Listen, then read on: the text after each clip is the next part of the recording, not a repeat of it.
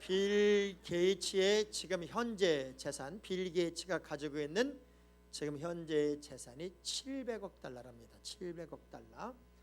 700억 달러면 현재 우리나라 환율 가치로 계산하면 75조 정도가 된다고 그래요.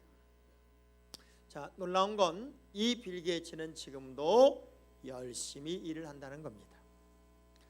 벼락부자가 된 사람들을 보면, 벼락부자가 된 사람들은 반드시 생활의 패턴을 바꾼다고 그래요. 그래서 돈이 갑자기 생긴 사람들은 반드시 타락을 하죠. 그런데 빌 게이츠 같이 이렇게 크게 성공한 사람들을 보면 1년이면 2주 정도 생각 주간을 가지고 어떻게 내가 더 멋지게 살아야 할까를 생각하는 그런 열정적인 삶을 이 75조의 재산가는 여전히 똑같은 방식으로 살고 있다고 해요. 의욕을 갖는다. 내가 어떤 일에 열정을 갖는다. 그리고 수동적인 존재가 아니라 능동적인 삶으로 나의 미래의 가치를 위해 오늘도 여전히 뛰고 있다. 참 아름다운 삶이라고 여겨집니다. 제가 자주 하는 얘기입니다마는 자원한 병사는 끌려온 100명보다 강하다. 내 스스로 무언가를 해보겠다고 도전하고 그리고 새로운 꿈을 꾸는 사람과 억지로 하는 사람과 끌려다니는 사람은 근본적인 결과에선 다른 열매를 낸다는 거예요. BC 3세기 전 이 지구상에는 어마어마한 두 개의 토목공사가 일어났습니다. 하나는 진나라의 만리장성을 쌓는 토목공사고, 또 하나는 로마가 전 세계로 길을 내는 길공사가 시작이 됐어요. 그리고 이 두 공사가 끝나고 난 다음에 놀랍게도 모든 외침으로부터 나를 방어하겠다고 담을 쌓았던 진나라는 곧 멸망을 하게 됐지만, 세계를 향하여 마음을 열고 길을 열어버린 로마는 천년 제국을 만드는 역사가 일어나게 됐어요. 폐쇄적이고 나의 마음을 닫고 그리고 자기만의 아성을 쌓는 사람과 내 마음을 열고 세계를 향하여 뭔가 꿈을 꾸는 사람들과는 근본적인 결론이 다르다고 하는 거예요. 수동적인 삶 그리고 능동적인 삶, 이건 전혀 근본적인 차이가 있다고 하는 것을 아주 극명하게 보여주는 두 사건이고 토목공사였습니다. 저는 이사에서 6장의 말씀을 읽다가 정말 우리 교회에 너무나도 시급한 말씀이고 오늘을 사는 우리 성안교회 모든 성도들에게 반드시 일어나야 할 운동이 바로 이 운동이 아닐까 하는 설렘을 가지고 오늘의 말씀의 제목을 따라합시다. 내가 여기 있습니다. 이 말씀으로 은혜를 나누기를 원합니다. 이사야 6장의 말씀을 보면 이사야라고 하는 하나의 인물의 탄생 스토리가 여기 있어요. 1절부터 7절까지는 하나님의 고뇌입니다. 저 유다 백성들은 어떻게 되는 거냐 도대체. 내가 하나님으로서 하나님을 섬기는 저 하나님의 선민, 저 유다 백성들을 어떻게 해야 될까를 하나님이 깊은 고민에 빠져요. 그리고 그 고민이 있고 난 이후에 내린 결론을 이제 8절부터는 이야기하고, 그 하나님의 내린 결론 속에서 이사야라고 하는 사람이 선택되는 장면이 오늘 본문의 이야기입니다. 보통 하나님께서 사람을 부르실 때는 단도직입적으로 네가 일 좀 해야 되겠다, 네가 이거 해야 되겠어 라고 각각의 이름을 불러서 그를 소명으로 불러내요. 모세야, 에레미야야, 기드오나 직접 찾아가셔서 이제 그들에게 하나님이 원하는 일감들을 맡기더라는 거예요. 그럴 때마다 대부분의 그 소명자로 부름받은 사람들은 못해요, 두렵습니다, 내가 어떻게 해요, 보낼 자를 보내주세요, 나는 아닌 것 같아요, 나는 아이고요, 나는 말할 줄을 모르고요, 나는 그 일을 감당하기 합당하지 않아요 라고 끊임없이 뭔가를 얘기해요. 그러면 설득하고 또 때로는 혼돈내기도 해서 하나님의 기준에 맞도록 그를 세워 불러 썼단 말이에요. 너무 놀라운 건 이 이사야 스토리는 하나님께서 그를 부른 게 아니에요. 그가 자원을 해요. 우리 하나님이 고민스러운 고뇌의 어떤 독백의 소리에 이 이사야는 그 음성을 듣고 이렇게 말하는 거예요. 내가 여기 있습니다. 나를 보내주세요. 내가 하겠습니다. 무엇을 해야 하는지 몰라요. 어떤 사명이 주어질지 몰라요.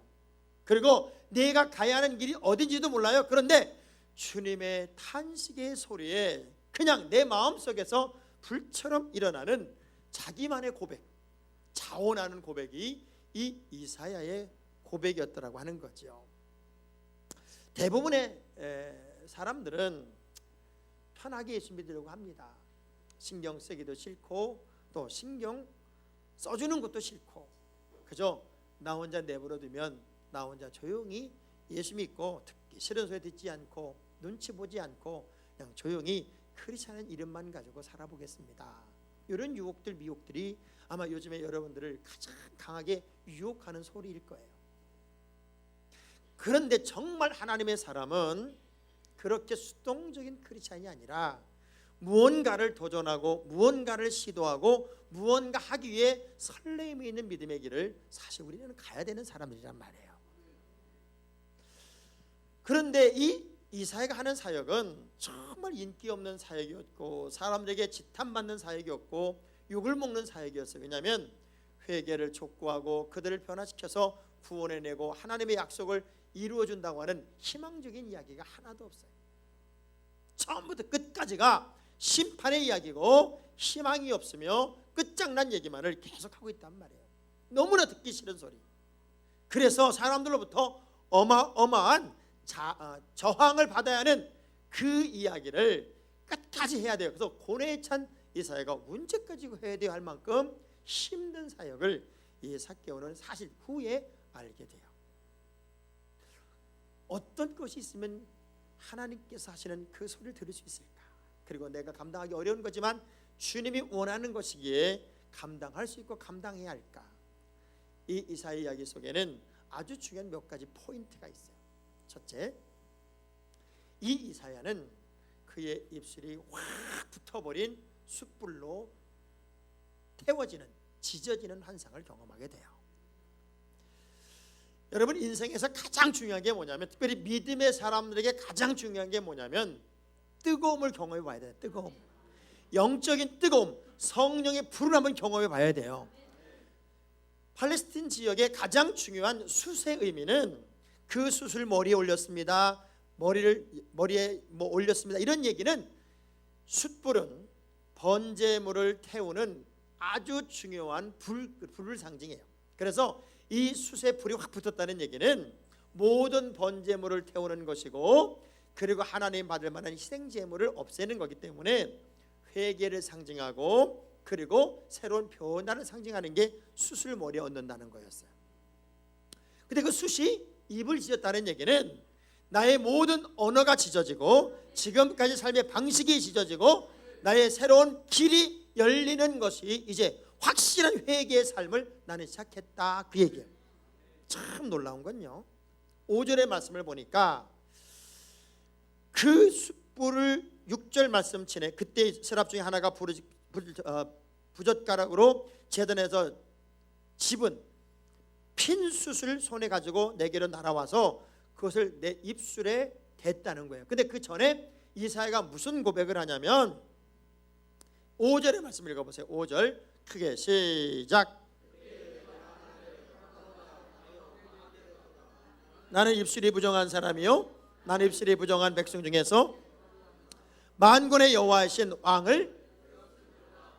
자, 지금까지 이사야는요 우시야 왕이라고 하는 그 왕을 힘입어서 제사장이지만 왕을 의지하고 왕과 손을 잡고 제사장의 위치가 견고했던 삶을 살았던 사람이에요. 이 이사야가 얼마나 빗나간 삶을 살았는지는 우시야 왕이 죽으면서 내가 믿었던 그 왕이 죽으니까 그의 삶이 와르르 무너져 버려요. 하나님의 종이 하나님을 의지하고 하나님의 말씀을 전해야 할 이 사람이 신기하게도 왕을 의지하고 있다가 왕이 죽으니까 그렇게 약해지고 나는 망하게 됐다 그러고 엉뚱한 소리를 한단 말이에요. 그러면 지금까지 그는 사람들에게 편리한 이야기만 했을 것이고 왕의 비유를 마치는 일만 했다는 것에 불과하다는 거죠. 그래서 자기 입술이 부정한 입술이고 내가 엉터리 설교를 했고 내가 엉터리 제사장의 역할을 했다는 것을 분명히 아는 회개의 시간을 갖는 게 입술이 불로 찢어지는 상황이었어요. 입술의 히브리어 말은 사파라고 말합니다. 사파. 이 사파란 말은 입술, 언어, 말, 가장자리. 다시 말하면 이 입술은 마음으로 이어지는 것, 이런 의미예요. 내 입술이 부정했다는 얘기는 내 마음이 부정했습니다. 나 엉터리로 살았습니다. 지금까지 나는 하나님의 종 선자란 이름을 가지고 있었지만 하나님의 선명한 기준에 합당하게 산 것이 아니었습니다. 그것을 나는 하나님 정말 뜨겁게 회개합니다. 이게 숯불이 입에 지져지는 환상을 보는 거예요. 그리고 그는 확실하게 변화가 됩니다.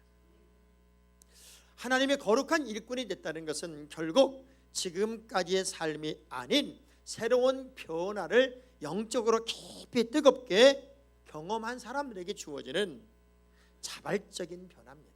자, 생각해 보세요. 어떤 일이 어려워요. 그런데 그 일이 어려워서 어려운 게 아니에요. 그 일이 어렵다고 생각하는 생각이 어려운 거예요. 여러분, 힘들어요, 나 힘들어요 라고 말하는 건 실제 부닥쳐보면 별거 아닌데 그것에 대해서 시도하기도 전에 힘들다고 생각하는 여러분의 생각이 여러분을 힘들게 만든단 말이에요. 어제 우리 전도하는 현장을 가보니까 전쟁터가 따로 없더라고요. 전쟁터.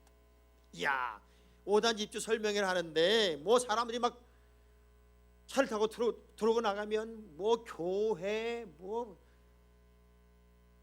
리모델링 하는 단체, 뭐 새집 만들어 새까맣게 몰려가서 차에다 막 집어넣어 주는 거예요. 막 집어. 그런데 우리 교회 전도하는 분들, 우리 전도사님 또 권사님 가가지고 성안께서 나왔습니다. 우리 미사강변도시의 첫 번째 짓는 교회 여러분 보셨지요? 그러면서 우리 담임 목사님은 장학봉 목사님이 얼마나 내 이름을 파는지 내가 얼마나 감사했는지 몰라요. 자신만만하게.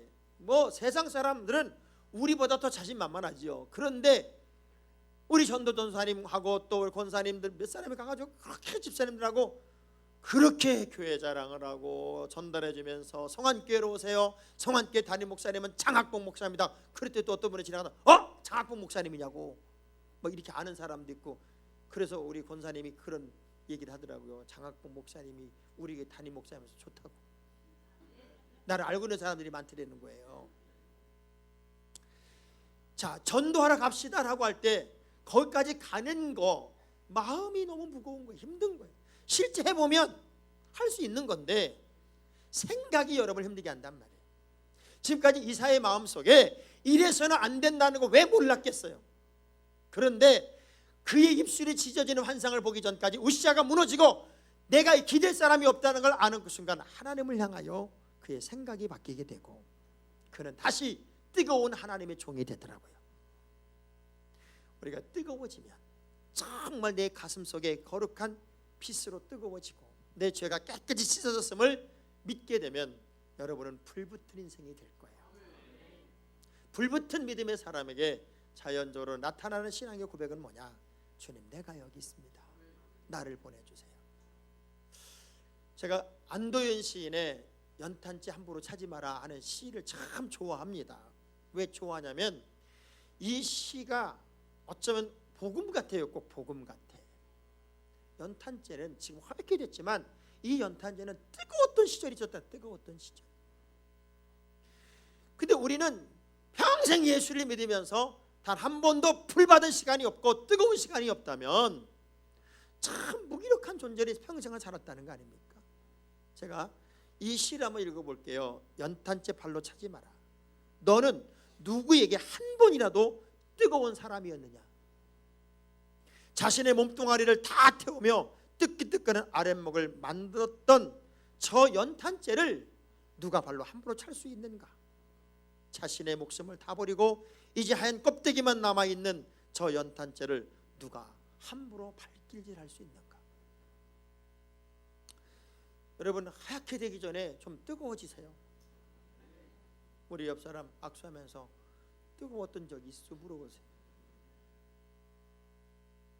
언제 내 생에 불 붙었던 적이 있었냔 말이에요. 연탄재는 뜨겁게 불을 태워 자신이 하얗게 된 아무것도 남지 않은 하얀 연탄재로 있지만 그 연탄은 뜨거웠던 실이 졌다고요. 여러분이 예수를 수십 년 믿으면서 정말 불붙은 시간이 있었다면 하나님, 내가 할 거예요. 나에게 맡겨주세요. 내가 감당할 거라고요. 이 고백이 자연스러운 거예요. 영적인 변화를 경험하고 나니까요, 이사야는 지금까지는 왕의 소리만 들었는데 어느 순간부터 주님의 음성을 듣기 시작합니다. 자, 우리 8절 읽어볼게요. 8절 시작.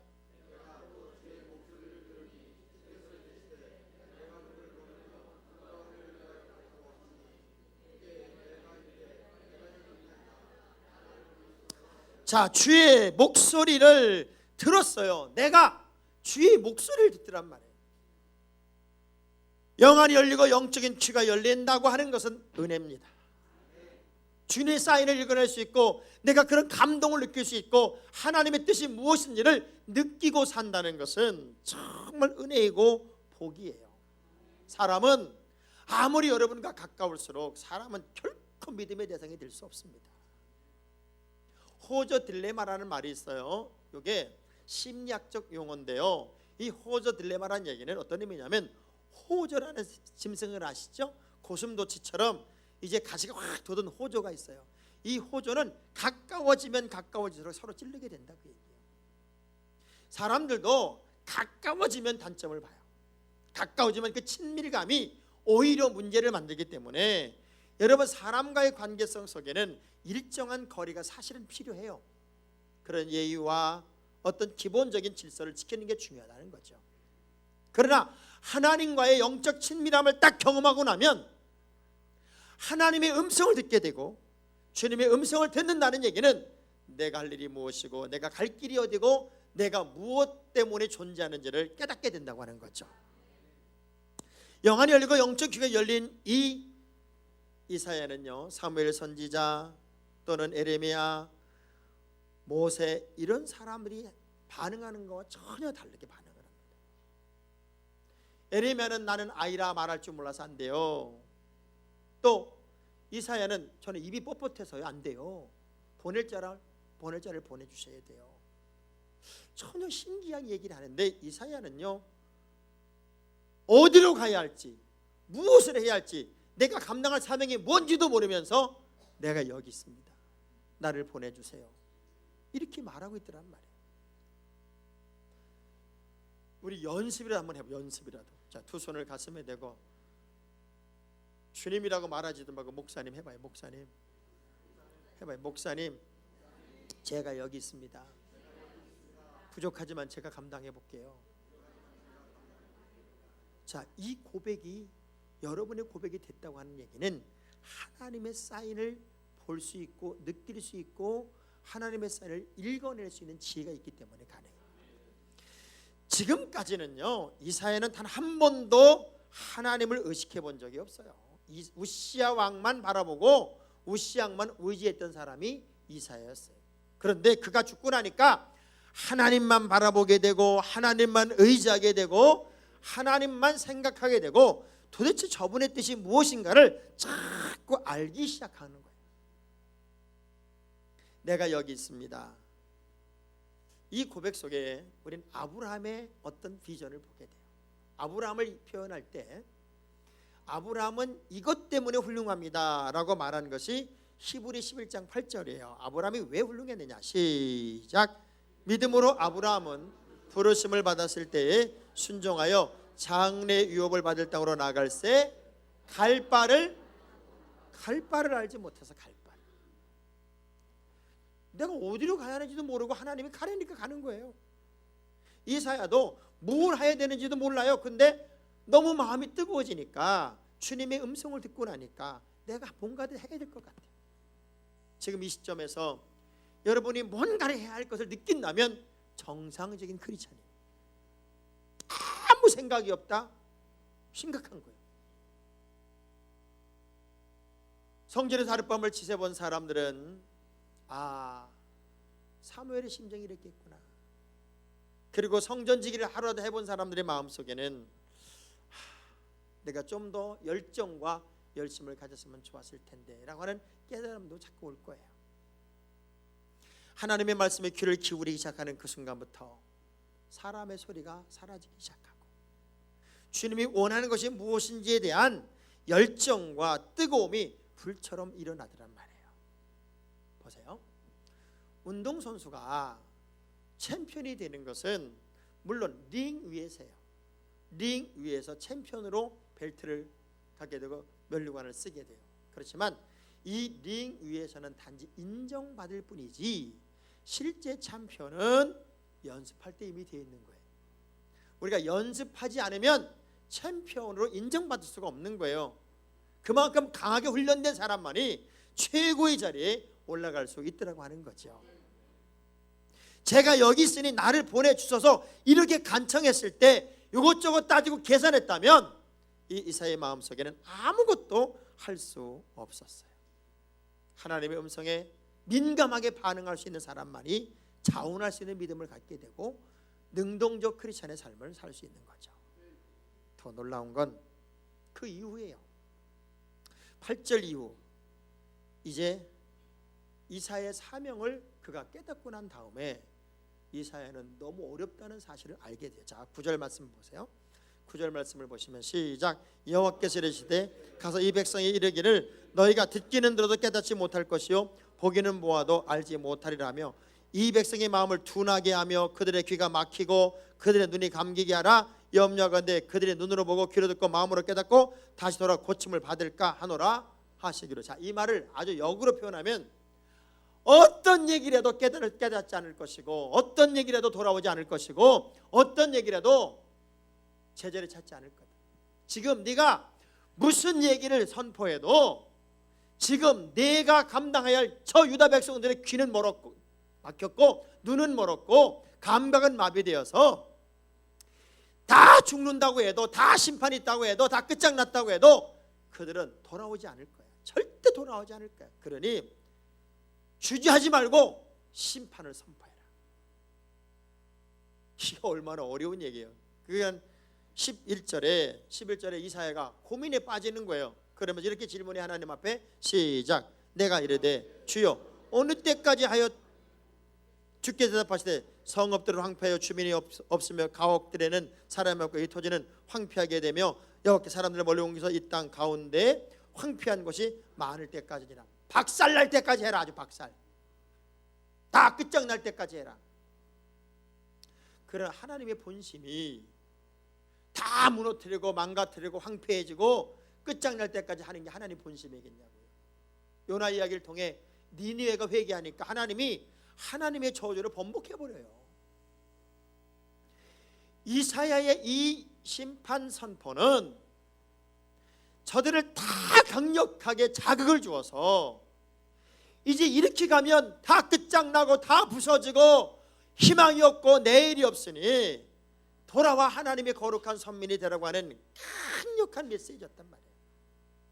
자, 그런데 그들이 변하지 않는다는 이유를 이사야 1장에서 이미 선언하고 있었어요. 자, 이사야 1장 3절 4절 말씀 보세요. 시작. 소는 그 임자를 알고 나귀는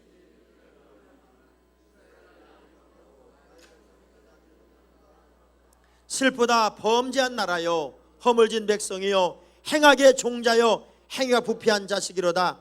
그들이 여호와를 버리며 아멘. 너무 아픈 거예요. 도무지 깨닫지를 않아요. 여러분이 복음을 들고 나가거나 수많은 사람을 전도해본 경험이 있는 분들은 그런 생각이 들 거예요. 야, 독하다 진짜. 제가 목회하면서도 늘 그런 마음이에요. 분명히 저렇게 하면 심판을 받는데, 분명히 저렇게 하면 안 되는데, 아무리 가르치고 아무리 자극을 주고 아무리 깨닫게 해도 늘 그 모습으로 변하지 않는 모습을 볼 때 사실은 마음이 아프죠. 이사야의 마음이 그 마음이에요. 통곡이 있고 아픈 거예요. 사무엘도 엘리야도 아모스도 호세아도 사실은 회개를 촉구하고 너희가 돌아오면 하나님 복 준다는 얘기를 선포하는 거니까 해피엔딩 얘기를 하는 거니까 참 좋아요. 그런데 이사야는 끝이 없어. 해피엔딩이 아니야. 다 무너지고 다 끝나고 도무지 아무것도 남지 않을 때까지 하나님은 당신들을 심판하시겠다는 거야. 역으로 말하면 강력한 회개를 촉구하고 강력하게 제자리 찾기를 요구하고 있지만 이미 귀가 먹을 대로 먹어버린 이들은 어떤 자극에도 반응하지 않더라고요. 참 불행한 것 같아요. 어떤 자극에도 반응할 줄 모르고 깨닫지 못하고 느끼지 못하는 것은 결국 사망으로 가는 거더라고요. 실제적으로 주전 701년 사네립의 유다 침공으로 인해서 유다의 농촌지역 성읍 46개가 정복을 당하고 20만 명 가량의 전쟁 포로로 잡혀갑니다. 심판의 끝이 다 될 때까지도 깨닫지를 못하고 제재를 찾지 못해요. 자극에 대해서 반응한다는 건 살아있는 거예요. 의사들이 이 사람이 죽나 안 죽나를 꼭 꼬집어보니 가장 민감한 부분을 꼬집어봐요. 그리고 이렇게 쳐봐요. 반응이 있으면 사는 거고 반응이 없으면 죽은 거예요. 지금 우리 교회 모든 성도들에게 사실은 거룩한 반응이 있어야 돼요. 아, 내가 할 일이구나. 내가 갈 길이구나. 주님, 내가 감당하겠습니다. 이 자세, 아무리 봐도 부족한 우리들의 일꾼, 아무리 봐도 더 많은 일꾼이 필요한 현재, 누구 하나라도 숨어 있으면 안 되는 그런 환경 속에서 주님, 내가 여기 있습니다. 나를 보내주세요. 이 고백이 필요한 현 시점, 이 시점에 혹시 자극받지 못하고 깨닫지 못한다면 아프다는 거죠. 이스라엘은 다 황폐해집니다. 그래서 다 끝장난 줄 알았어요. 근데 오늘 본문의 마지막 부분에 이런 얘기를 해요. 내가 그루터기는 남겨놨다. 그루터기. 마지막에 남아있을 수 있는 거룩한 그루터기가 여러분이 됐으면 좋겠습니다. 그리고 같이 흥분하고 같이 감격하고 같이 기뻐하며 하나님이 기뻐하는 일을 우리가 멋지게 감당하면 얼마나 좋을까. 질병의 70%가요 게으름에서 온답니다. 여러분 가만히 느껴봐요. 집에서 시간이 많은 사람들 계속 아픕니다. 집에서 노는 사람들이 아프지요. 이 열심히 하는 사람들은 아프다는 소리를 안 합니다. 그리고 이렇게 말하면 아플 시간도 없어. 난 아플 시간도 없고 난 아파서도 안 돼. 그런데 집에서 풀풀 노는 사람은 안 아픈 데가 하나, 허리도 아프고 뭐 안 아픈 데가 하나도 없어. 아니 그렇게 누워있으니 안 아픈 허리도 아프지. 집에서 노는 사람이 아픈 거예요. 모든 질병의 70%가 게으른 사람한테 온다는 거예요. 그러니까 여러분 다시 부지런해져요. 부지런해져. 옆 사람 어디 아프고 물어보세요. 이렇게 해봐요. 게을러 터져가지고 아주 그냥 게을러 터져. 힘들고 어려운 일들이 우리에게 주어지겠지만, 너무 어렵고 벅찬 일을 그가 감당해야 되겠지만, 여러분 갈라디아 6장 9절의 말씀을 보면 우리가 주님의 일 앞에서는 절대 낙심하면 안 되는 거예요.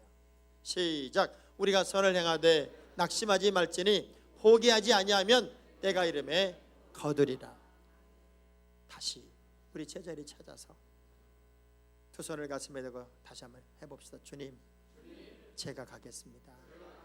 주님, 제가 감당하겠습니다. 주님, 저를 써주세요. 이 고백이 여러분의 일상의 고백이 돼요. 하나님이 여러분을 마음껏 세우고 마음껏 쓸 수 있는 거룩한 한 명이 여러분이 될 수 있기를 주의 이름으로 축원합니다. 아멘. 우리 찬양하겠습니다.